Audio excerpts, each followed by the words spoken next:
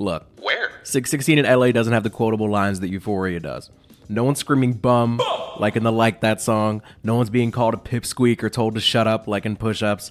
There's no OV ho chants. There's no self-sabotaging like in The Heart Part 6. This Epstein angle was the shit I expected. And there's no telling someone's mother that their son should cease to exist like in Meet the Grams.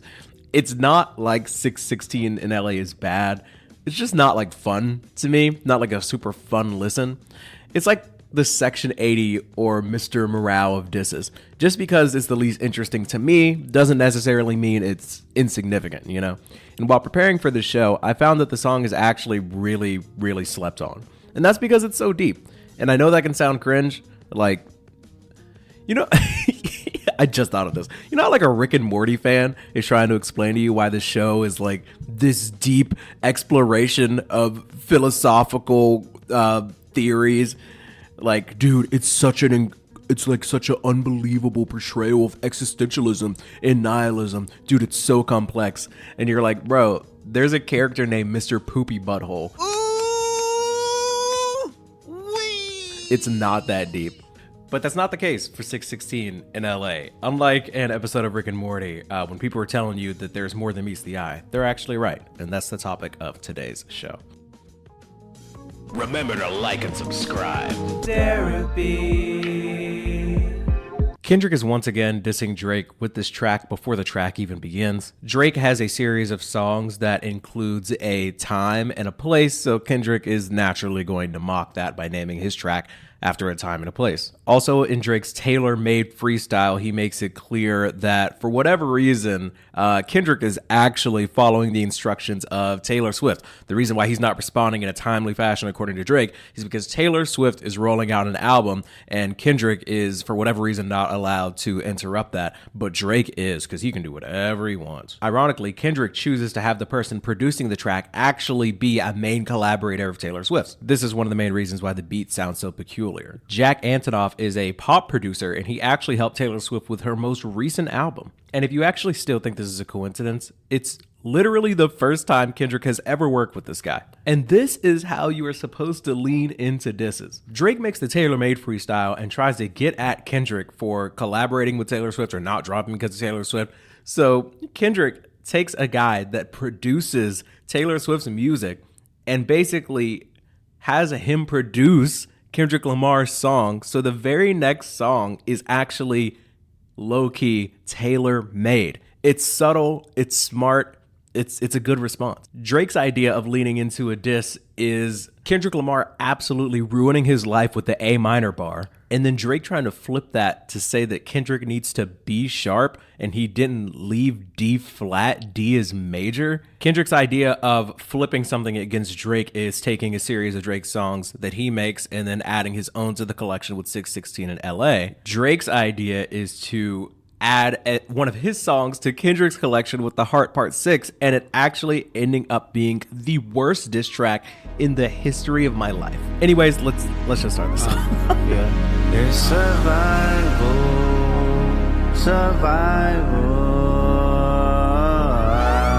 I think somebody lying, smell somebody lying. I don't see no fire. So at the end of the Tailor-Made freestyle by Drake, he's trying to tell Kendrick that he is expecting some double, triple, quintuple entendres or whatever. So Kendrick is going to give the man what he asked for, unfortunately. So one of the first things that Kendrick says in this song is, it's survival, survival. I think somebody lying.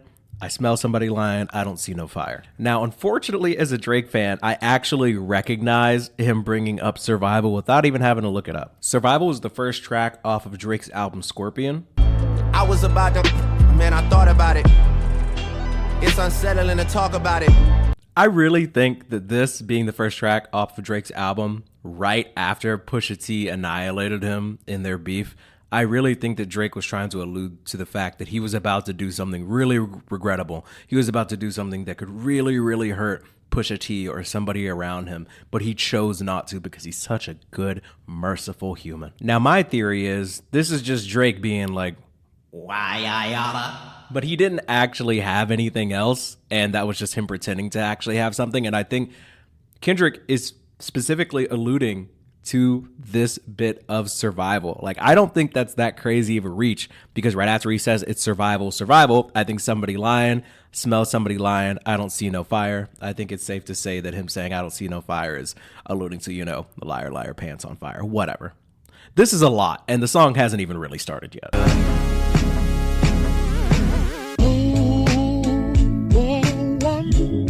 Off-white Sunseeker had the marina. Fuck a phantom, I like to buy yachts when I get the fever. Wine cooler spill on my white t-shirt, the sightseer. Trifecta, money, morals, and culture. That's my leisure, my visa. Passport tatted, I shall hub in Ibiza. Luke Callie's dwellings in Brooklyn just to book me some pizza. Who can reach us? Only God can teleport this type of freedom. Now this is Derapy, and just like in therapy, I try not to lie.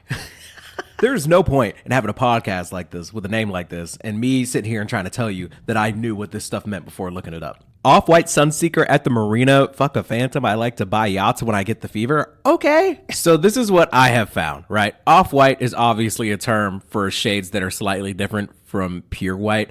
And that's kind of like a diss at Drake, because he's not calling Drake white. He's just saying that he's kind of white. He's off white. And now that I'm looking into this, it's actually becoming a little bit more obvious to me. Like, it should have been obvious to me to begin with. But what can I say? I'm a Drake fan. I usually don't have to look this deep into lyrics. A sunseeker is somebody that is looking to actually become more tan, more dark, like Drake. One more possible interpretation of this is a sunseeker could be something like Icarus. I'm not going to go into the tale of Icarus. If you know, you know. This is not like English lit, okay? But Icarus is the story about a guy that has the wings and he flew too close to the sun and he died, right? He's basically saying that Drake's flying too close to the sun and that's why he's getting burned by Kendrick.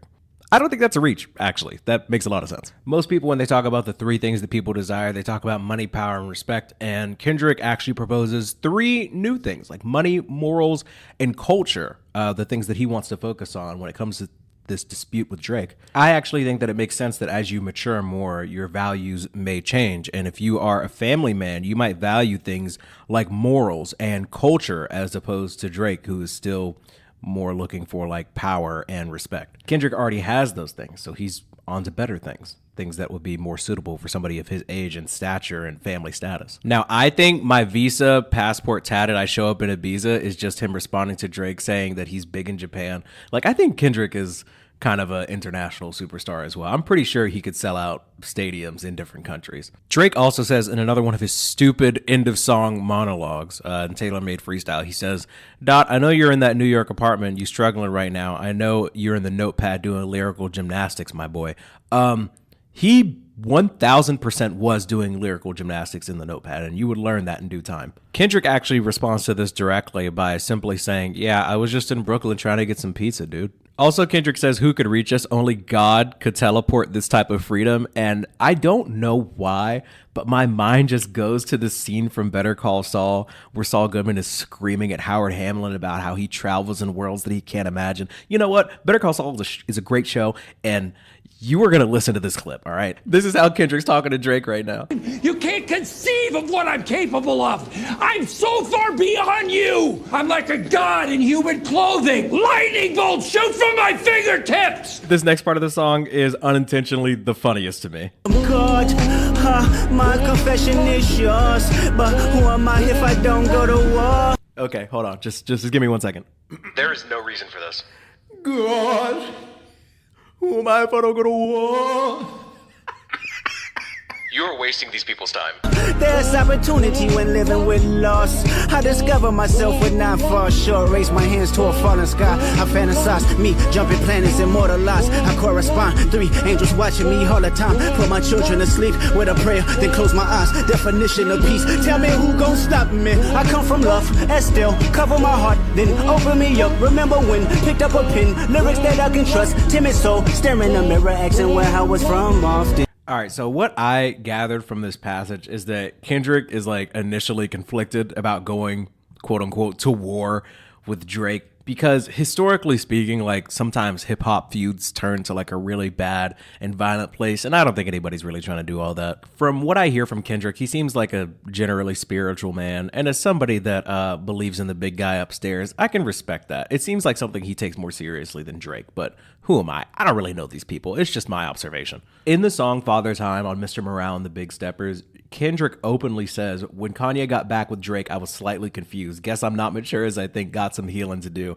So even right here, it's actually kind of hinted at that he currently has a problem with Drake and he is shocked that Kanye is making amends with him. But also, maybe Kendrick isn't as online as the average person is, because there are many things that are going on in Kanye's head that nobody can truly make sense of. That is a conversation for another day. I think when Kendrick says there's opportunity when living with loss, I discover myself when I fall short, is him actually acknowledging that there's not a 0% chance that he loses to Drake in the beef. I'm pretty sure at this point, when he is like in the lab cooking up 1, 2, 3, 4, 5, 6, 7, 8, 9, 10 tracks, I mean, I think he's under the impression that it's actually going to be a little bit harder than it ended up being. And he's saying that even if he ends up losing, he'll discover things about himself, which is like such an interesting way to view this battle with Drake. I like how Kendrick is much more concerned with the idea and concept of just a peaceful life, as opposed to Drake, who seems like very willing to like burn everything to the ground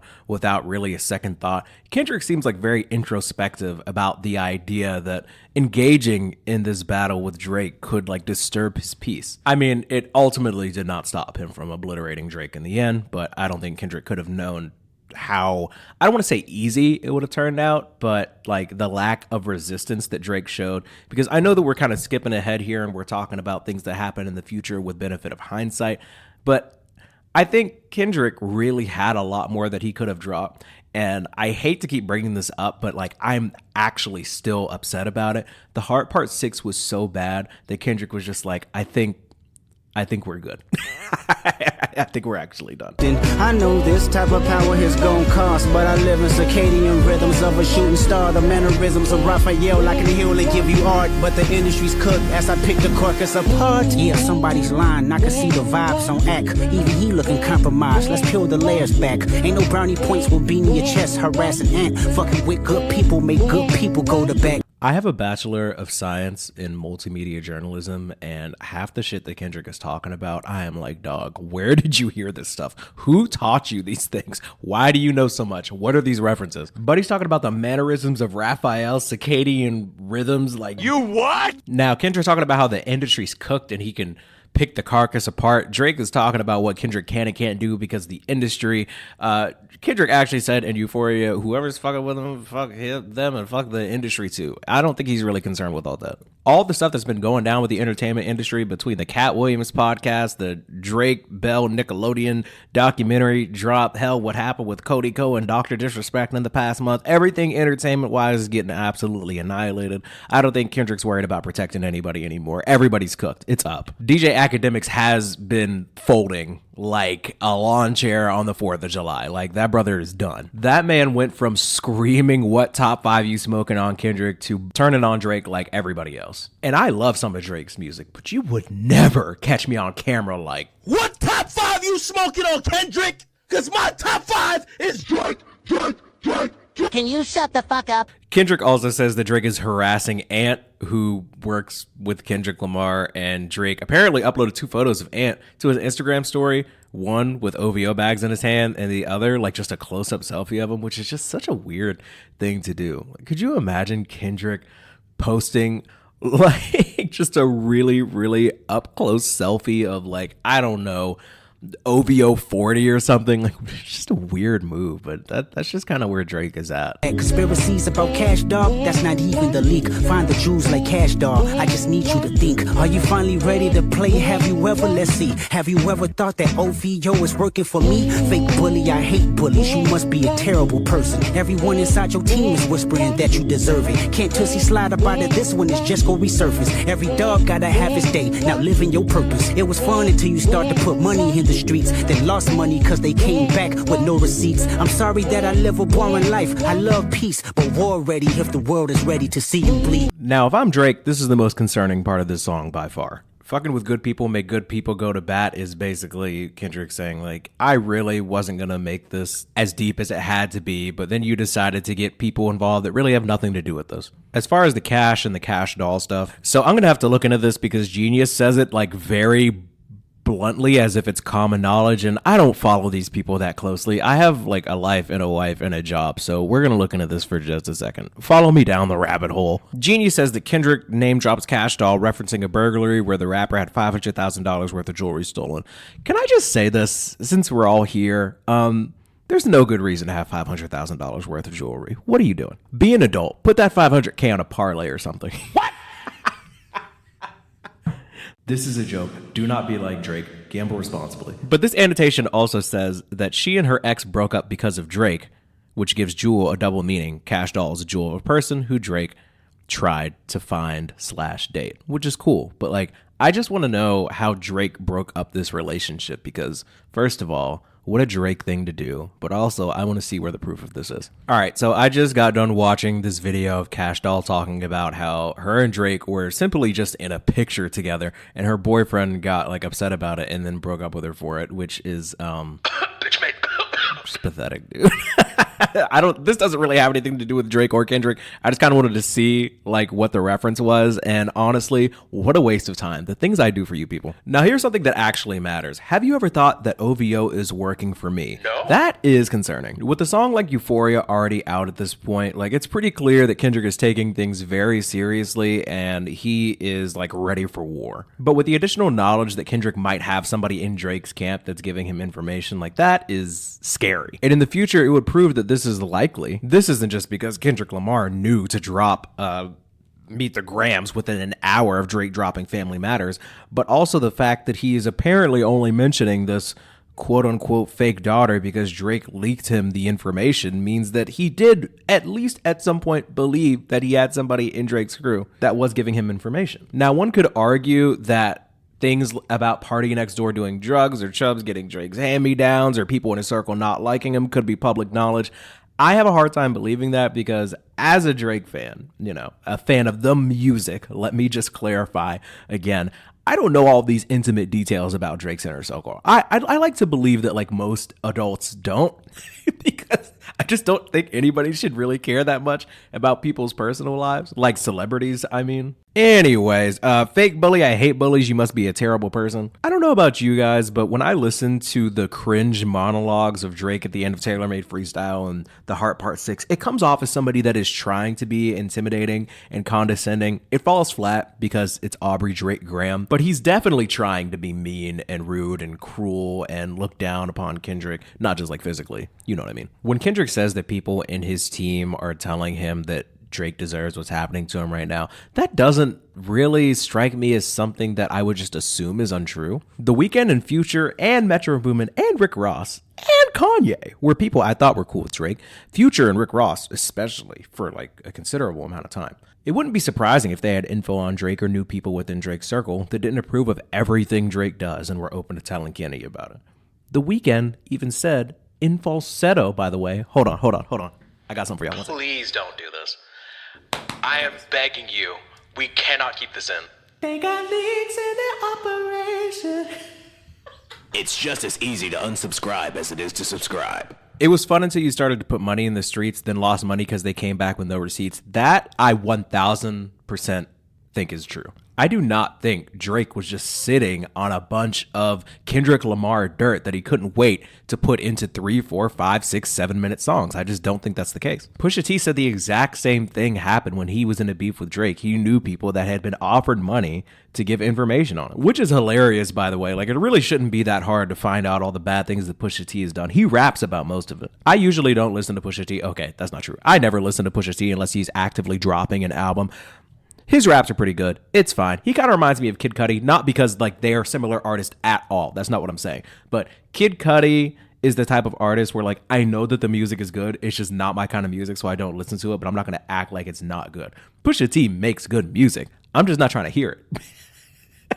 But I say all of that to say that Pusha T is constantly rapping about all the terrible things that he's done, whether it be like selling drugs, people he's taken advantage of, dangerous situations he's been, dangerous situations he's put other people in. Like, he raps a lot about all the heinous things that he's done. And he doesn't seem like the type of person to just fabricate Drake trying to pay people to get information on him. And Kendrick Lamar saying something similar also doesn't strike me as completely unfathomable. But it also doesn't surprise me that Drake couldn't really come up with anything because we haven't heard from Kendrick in like 5 years until he dropped Missed Him Around the Big Steppers. So like, what did you expect to find? Dude's just been hanging out with his girl and his kids. The Elohim KTW. No, you can't sleep. These images trouble you. Know the wires in your circle should puzzle you. If you were street smart, then you would have caught that your entourage is only to hustle you. 100 niggas that you got on salary, and 20 of them want you as a casualty. And one of them is actually next to you, and 2 of them is practically tired of your lifestyle. Just don't got the audacity to tell you. But let me tell you some game, cause I can see you, my little homie. You playing dirty with propaganda, hit blow up on you. You're playing nerdy with Zach Bia and Twitter bots, but your reality can't hide behind Wi-Fi. Your little means is losing steam, they figured you out. The first opinions is not convincing, y'all need a new route. It's time that you look around on who's around you. Before you figure that you're not alone, ask what Mike would do. I don't know about you guys, but it sounds like in the background of this instrumental, it sounds like I hear Boy Wonder, who is somebody that Drake mentioned who was making beats for him so he could kill Kendrick for fun. I don't know if Drake actually has 100 people on his salary, but I am telling you right now, statistically speaking, of everybody that's ever going to hear the sound of my voice right now, at least one of you is going to end up a very successful person, have access to lots of money. And I'm telling you right now, there is no reason that you should ever have 100 people on your salary. I know it's probably not true. It's just a funny thing to think about. Trying to keep up with 100 different people working for you, it's like, unless you're like Mr. Beast or like a CEO of a company or something, but you should have like managers and stuff to like delegate that stuff. Anyways, I don't know. It's just a funny image. I'm just imagining like 100 different people in Drake's personal contact list that he's responsible for paying. Gross mismanagement. Somebody's got to be blowing some of your money that you can't keep up with. There's no way you can like account for all these things. The absolute funniest bit from the end of this song is when he says 20 of them want you as a casualty and one of them is actually next to you. Like, I'm just imagining Drake listening to this song with somebody literally right next to him, and he hears it and he looks to his left and dude just just has his head down. I'd be like, bro, is it you?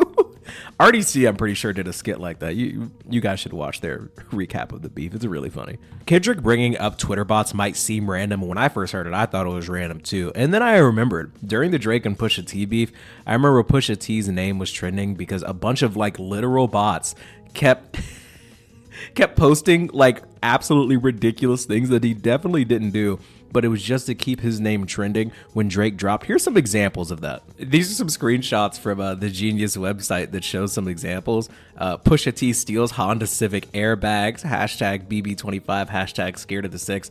Pusha T was just caught doing whippets inside of a 02 Honda Civic with fake M3 badges.